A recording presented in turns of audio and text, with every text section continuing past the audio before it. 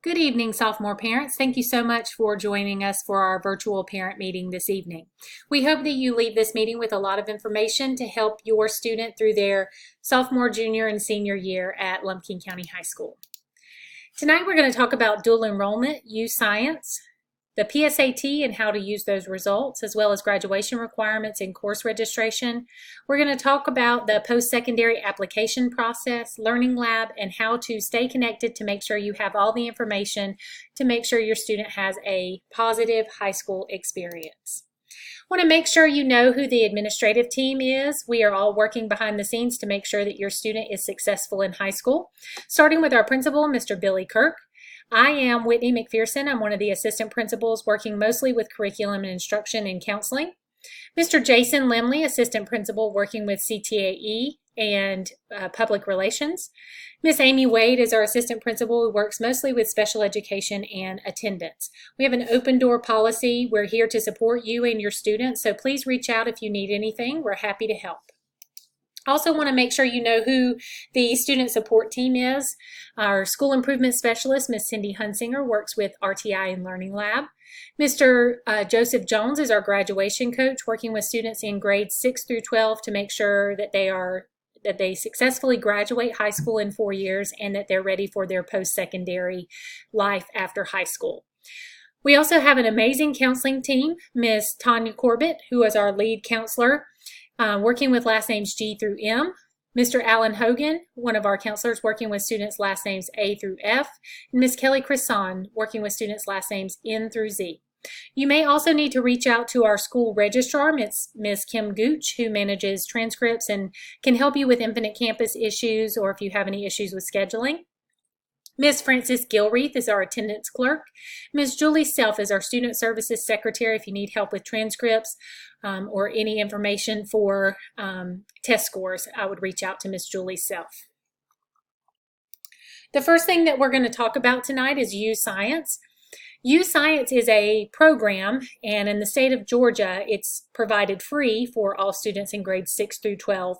It contains a battery of what looks like or feels like you're playing games, but it's truly finding students' skills and aptitudes to help link them to careers and colleges that may be best suited for what they're good at.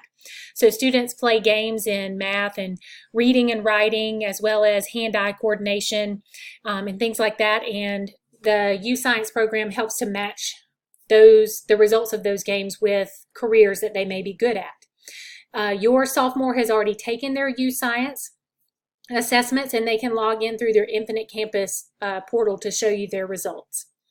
In 10th grade, students also update their individual graduation plan, or IGP, through their teacher as advisor or homeroom class. Their homeroom advisor tracks them through all 4 years of high school and helps them to manage their individual graduation plan so that they own the course registration process. They know what classes they have left to take to graduate on time.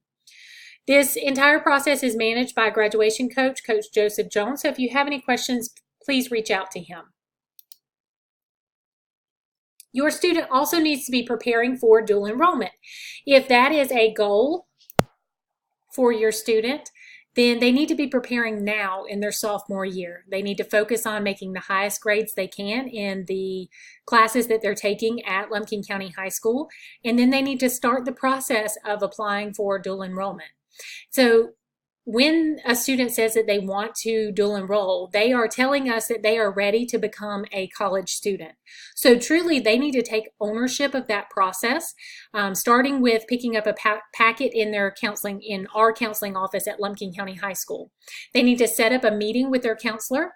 They can do that at any time during the school day. We prefer that they not miss an academic class to start that process, maybe before or after school or during an elective or during lunch. You are welcome to join in on that meeting, and that is a preliminary meeting for them to go over a checklist of requirements to make sure they have everything that they need to apply for dual enrollment. The first thing that they want to do is make sure that their GPA meets the requirements for either UNG or Lanier Tech or North Georgia Tech, or if they're interested in doing an online program with another Georgia college or university. They also need to sign up now to take the SAT, ACT, or AccuPlacer if they're going to go to technical school. And they may have to take that 1 or 2 times to make sure they meet the admission requirements to get into dual enrollment. Once they've done that, they're going to complete an online application through the college or university that they're interested in dual enrolling with. In UNG and North Georgia Tech use paper applications for their dual enrollment process. If they're completing that online, they need to make sure they select dual enrollment so that there's no application fee associated with that. An additional part of the process is to complete a dual enrollment participation agreement, and your student will do that along with their high school guidance counselor. If they're interested in dual enrolling at UNG, they'll need a copy of their driver's license. And then as a part of this process, they need to make sure that they are managing their email on a daily, if not several times a day basis. Colleges will only communicate with the student. They won't communicate with a parent or counselor on the student's behalf. So if your student is interested in dual enrollment, they have to manage their email account, whichever one they give to the college, to look for acceptance as well as information about course registration and important dates and deadlines that are coming up, or if they're missing something in their application. It's important for them to manage that process. There's also some information that has to be completed on Georgia Futures to make sure that payment is arranged for those dual enrollment classes and books. There is also, after all of that is completed, your student will need to make an appointment with the admissions at the college to make sure that they're scheduled for the classes that they need, that they're interested in, and that they also need for high school graduation. Your student will be taking the PSAT on next Wednesday, October 16th during the school day. This is a preliminary scholastic aptitude test, or preliminary SAT test. This assessment helps them to recognize their strengths and weaknesses and helps to predict how they may perform on the SAT when they take it.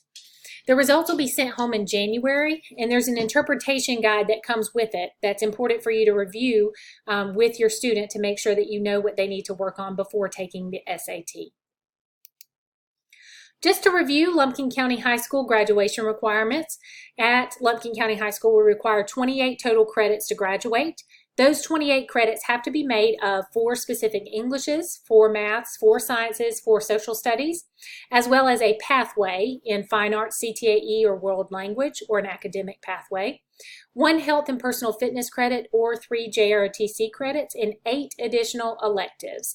And if you know, we're on block schedule, so students take 8 credits a year. For 4 years in high school, for a total of 32 opportunities for credits, as well as they can bring some credits from the middle school. So your student has plenty of opportunities to earn the 28 credits required for graduation, and that enables them to do some electives, to take some pathways, to do dual enrollment, or to take some AP classes along with their high school graduation requirements. Okay, the registration process, we are going to begin in just a few short weeks with the course registration process. So right now, teachers are beginning to collect information for their fall academic classes. They're looking at students' EOC scores, their attendance, and their individual graduation plan to see which academic class your student needs to take for their junior year in English, math, science, and social studies.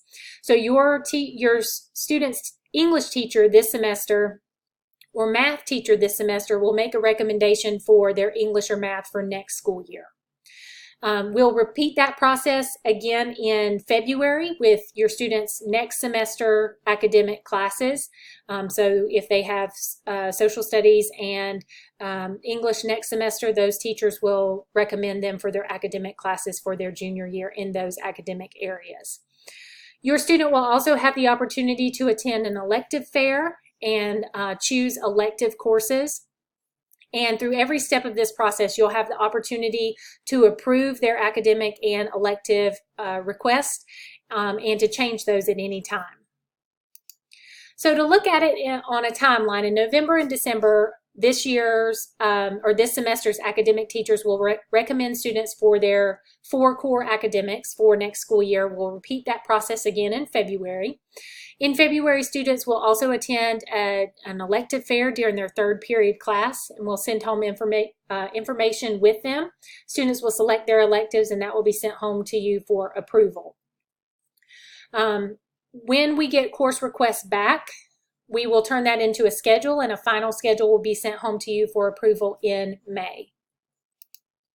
This is what the course registration process looks like.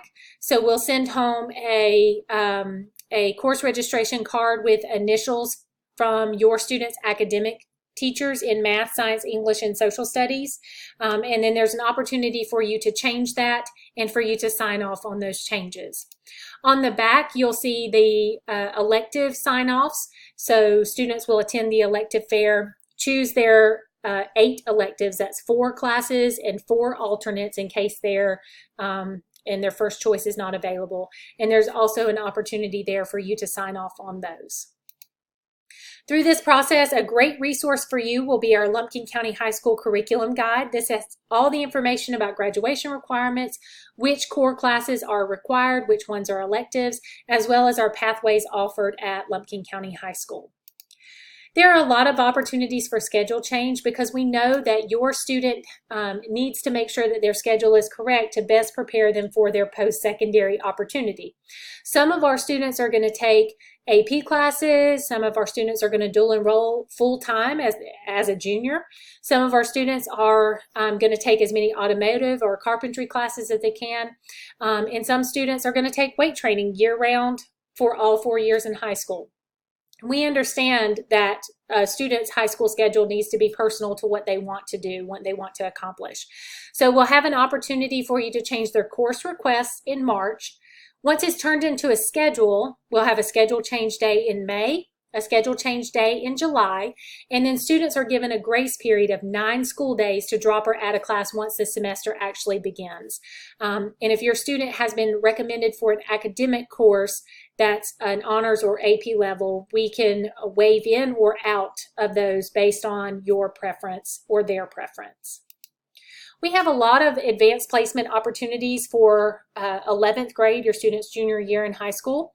They may want to sign up to take AP Chemistry or AP Physics. They're also eligible to take AP US History, AP Calculus, AB or BC, or AB and BC, which is a year-long AP Calculus class, AP Lang and Composition, and AP Computer Science. You may also wonder which is better, advanced placement courses or dual enrollment. If your student is interested in going to a very competitive research college like UGA or Georgia Tech, or even an Ivy League college, the short answer is they need a balance of both. A lot of those research institutions want to see those AP classes and AP scores because they know that those exams are standardized, so they can compare a 3 at one school and a 3 at another school and know that that student has the base of information that they want them to have. Versus a dual enrollment class is going to be very different at Lanier Tech versus UNG versus Georgia Tech. So a good balance of both of those makes a student very well-rounded, in addition to being involved in high school and in their community.